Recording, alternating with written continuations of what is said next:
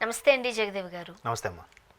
టాలీవుడ్లో ప్రస్తుతం జంటలను ఏదన్నా కదిపించాలి అంటే రూపన్స్, అఫైర్స్ సర్వసాధారణం కదా. ఒకే హీరోతో లేకపోతే ఒకే హీరోయిన్తో ఒక 3-4 సినిమాలు చేశారంటే 3-4 ఎందుకు రెండో సినిమా చేస్తే వాళ్ళిద్దరి మధ్య ఏదో ఉందంటారు. అవును. 3-4 వెళ్ళాను నేను. సో ఈ మధ్య కాలంలో విజయ్ దేవరకొండ గారు అండ్ రష్మిక గారు ఇద్దరు కలిసి నటించట్లేదులే, కానీ అది కూడా ఒక రకంగా చెప్పాలంటే ఎక్కడ పడితే అక్కడ వాళ్ళిద్దరు బాగానే కనిపిస్తున్నారు. ఫ్రెండ్స్ కూడా అయి ఉండొచ్చు అనుకోండి కదా. సో ఇప్పుడు కూడా మనం ఇది రూమర్ కాదేమో నిజమని నమ్మాల్సిన పరిస్థితి ఏమో. మొన్న షోలో ఒక దగ్గర సుమగారు ఏవో అడుగుతూ రష్మిక గారి దగ్గరికి వచ్చి 4-5 హీరోల పేర్లు చెప్పడం, విజయ్ దేవరకొండ అనగానే ఎవ్రీథింగ్ అన్నాం. అక్కడ మళ్ళీ ఒక క్వశ్చన్ మార్క్. ఏం చెప్తారు? మీరు అన్నట్టు గతంలో కూడా ఇప్పుడు వెంకటేష్ మీనా గారు, బాలయ్య గారు, విజయశాంతి గారు, అలాగే చిరంజీవి, రాధిక గారు, ఇవన్నీ హిట్ పేర్ అనేవారు. అప్పుడు ఇంత సోషల్ మీడియా ఎంత అగ్రెసివ్గా లేదు, ఎంత రిపీటెడ్గా వచ్చేవి కాదు కాబట్టి ఏదో అట్లా పెట్టుకున్నారు. ఏదో ఏఎన్ఆర్ గారు, సావిత్రి గారు అని ఏదో సంథింగ్. సో అలాంటి ట్రెండ్ నుంచి ఇప్పుడు ఎలా వచ్చిందంటే 2-3 సినిమాలు చేస్తే వీళ్ళిద్దరి మధ్యన ఏదో ఉంది, హిట్, వీళ్ళ పేరు బాగుంది. ఇప్పుడు అంతెందుకు నాగ చైతన్య, సమంత అలాగ అనుకునే కదా వాళ్ళిద్దరు పెళ్లి కూడా చేసుకున్నారు. అఫ్ కోర్స్ బ్యాడ్ లక్ విడిపోయారు, వేరే విషయం. సో ఇక్కడ కూడా రష్మిక, విజయ్ దేవరకొండకి ఇద్దరికి ఫస్ట్ బ్లాక్ బాస్టర్ గీత గోవిందమే. అంతకుముందు ఈమెకి చలో హిట్ అయినా పెద్దగా పేరు వచ్చింది మాత్రం గీత గోవిందం, ఇద్దరికి బ్లాక్ బాస్టర్. సో అలాంటి గీత గోవిందం తర్వాత ఈవిడ పాన్ ఇండియా హీరోయిన్ అయిపోయింది. ఇప్పుడు వర్ష ఏవి చావా, పుష్ప, యానిమల్, ఏది పట్టుకున్నా బంగారమే అవుతుంది ఇవిడికి. సో ఆయన తర్వాత అర్జున్ రెడ్డితో మంచి ఇంకాస్త ఇమేజ్ పెరిగిపోయింది. సో మొన్న పుష్పకు కూడా వాళ్ళ ఫ్యామిలీ మెంబర్స్తో ఈమె కలిసి పుష్ప సినిమా చూడడం, తర్వాత ఎక్కడో జిమ్లో ఇద్దరు ఉండడం, ఆ తర్వాత ఇన్స్టాలో పోస్ట్ అవ్వడము, రకరకాలుగా వస్తున్నాయి. దీని మీద ఎప్పటి నుంచో పార్టీ ఫంక్షన్ జరిగినా, బర్త్డే ఫంక్షన్ అయినా సరే పక్కన ఇద్దరు కూడా, లేదంటే విజయ్ లేకపోతే వాళ్ళ తమ్ముడు సపోర్ట్గా ఉండడం, ఓహో మరిన్ని తీసుకొచ్చిన రష్మిక అని ఒక హెడ్లైన్ లేదా తమ్మునేలు పెట్టడం.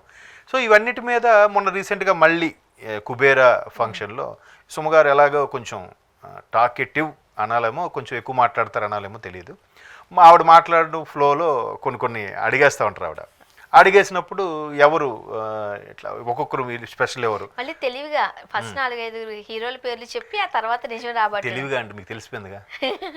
మనకు తెలియకుండా అడిగితే అప్పుడు తెలివిగా అడిగినట్టు, మనకు తెలిసిపోయినట్టుగా అడిగితే తెలివిగా అడిగినట్టే ఉంది.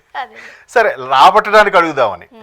సో లాగిన తర్వాత ఇప్పుడు జనరల్గా చాలామంది హీరోయిన్స్కి పవన్ కళ్యాణ్ అంటే ఒక ఇష్టం, ప్రభాస్ అంటే ఒక క్రష్, మహేష్ బాబు అంటే ఒక పిచ్చి. అదే విషయం మహేష్ బాబు గురించి అడిగినా కూడా ఆవిడ అలాగే చెప్తుందేమో కదా. మహేష్ బాబుతో చేసింది కాబట్టి ఆవిడ సర్లేరు నీ కవర్లో చేసింది కాబట్టి అది హీ సో క్యూట్ అని వెంట పడుతుంటాడు తిరిగి. మనిషి కూడా అలాగే ఉంటాడు కదా, మగవాళ్ళకే కనిపిస్తే కొరుకు తినే లాంటి పర్సనాలిటీ మహేష్ బాబు గారిది.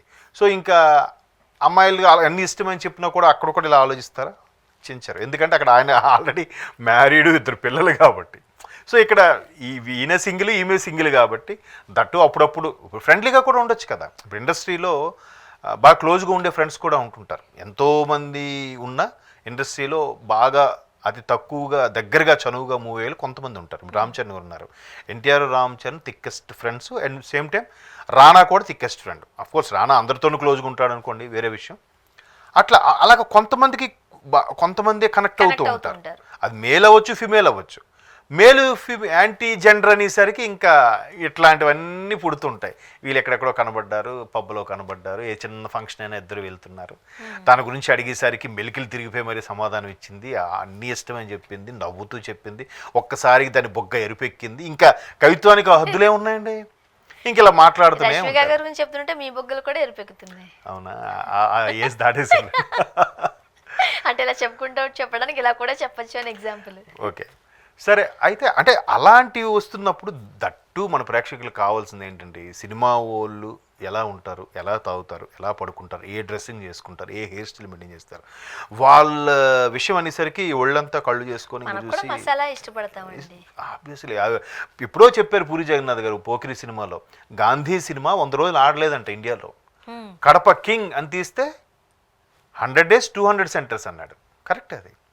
సో సాఫ్ట్గా ఉండే సినిమాలు, మెసేజ్ ఓరియంట్, అబ్బా బాగుంది కానీ సాగు కొట్టాడు రా లాస్ట్లో మెసేజ్ ఏదో ఇచ్చాడులే ఏదోలే అవి ఏం ఓన్లీ అవార్డు వరకే పరిమితి ఉన్నట్టుగానే చూస్తారు. అవును. మనకి ఇప్పుడు యానిమల్ చూడండి, ఎలా మొత్తం ఫస్ట్ నుంచి లాస్ట్ వరకు నరుక్కోవడాలు, కోసుకోవడాలు, గంతో కాల్చుకోవడం ఇవే ఆ ఉంటాయి. సినిమా ఎందుకు మాట్లాడుకున్నారో నాకు అర్థం కాలేదు, కానీ ఆ సినిమాలో ఏముంది అసలు?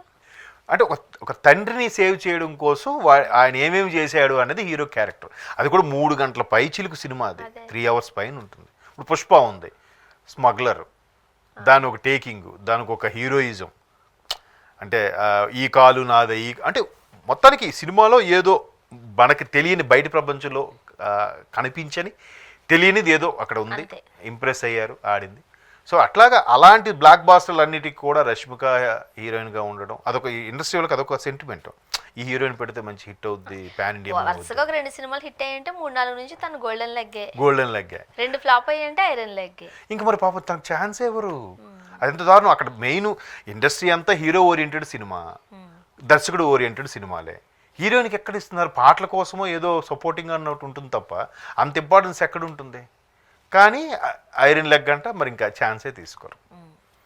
అంటే సాధారణంగా ఇప్పుడు వరుస పెట్టి సినిమాలు చేస్తున్నారు అనుకోండి, ఈ రూమర్స్ వచ్చాయంటే అనుకోవచ్చు. ఈ మధ్యకాలం రష్మిక, విజయ్ దేవరకొండ కలిపి ఏ సినిమా చేశారు? 2 చేసినట్టున్నారు కదా వాళ్ళిద్దరు కలిసి. గీత గోవిందం ఒకటిను, కామ్రేడ్ ఒకటి చేశారు. కామ్రేడ్ అందరూ తను ఒక్కతే హీరోయిన్ కూడా కాదు కదా. సరే, అంటే అలా ఒక 2 అయ్యి తర్వాత మీరు అన్నట్టు ఎక్కడెక్కడో పుష్ప 2 రిలీజ్కి వాళ్ళ ఫ్యామిలీతో పాటు ఇక్కడే హైదరాబాద్ మల్టీప్లెక్స్లో ఎక్కడో చూశారని, తర్వాత ఇద్దరు ఎక్కడో మొన్న ఆ మధ్యన ఒక పిక్చర్, ఒక ఫోటో రిలీజ్ అయింది. విజయ్ దేవరకొండ సైడ్ యాంగిల్లో ఉన్నాడు, ఆవిడ కనిపిస్తుంది ఎక్కడో ఫారిన్ కంట్రీలోనే, ఎక్కడో ఒక చాయ్ షాప్లో కూర్చొని మాట్లాడుతున్నట్టుగా ఉంది ఫోటో. తనేనా అని ఎవడో ఒకటి పెట్టి పోస్ట్ చేసి. కాకపోతే ఇక్కడ సర్ప్రైజింగ్ థింగ్ ఒకటి ఏంటి అని అంటే, మనం గమనించాల్సింది యాక్చువల్గా ఇలా ఏదన్నా ఒక అఫైర్ నడుస్తున్నప్పుడు, లేకపోతే దే ఆర్ ఇన్ లవ్ అని అంటున్నప్పుడు కొన్ని సినిమాలకి కొన్ని సీన్స్కి కట్లు పడతా ఉంటాయి. బట్ అలాంటి కట్లు ఎక్కడా పడట్లేదు, గమనించారా? ఇప్పుడు సొసైటీలో ఎలా ఉందంటే, ఏదైనా మిస్టేక్ జరిగినా, ఏదైనా తప్పు జరిగి ఎక్కడైనా కనబడినప్పుడు అదిగో పులి అంటే ఇదిగో తోక అంటాడు వాడు. వాడికి నిజంగా పులి కనబడదు, తోక కనబడదు. వెంటనే వాడేసాడు, వాడి న్యూస్ వస్తుంది కాబట్టి మనము వెయ్యాలి, వాడికి వ్యూస్ వచ్చాయి కాబట్టి మనము వ్యూస్ చేయాలి, అలాంటి కాన్సెప్ట్లో వెళ్ళిపోతున్నదే. కాబట్టి మేబీ ఆవిడ ఇంకా లాగితే తెగుతుందనే ఉద్దేశంలో నవ్వి ఊరుకొని ఉండొచ్చు. దాన్ని మనం మసాలా కలుపుకోవడం. థ్యాంక్ యూ అండి. Thank you.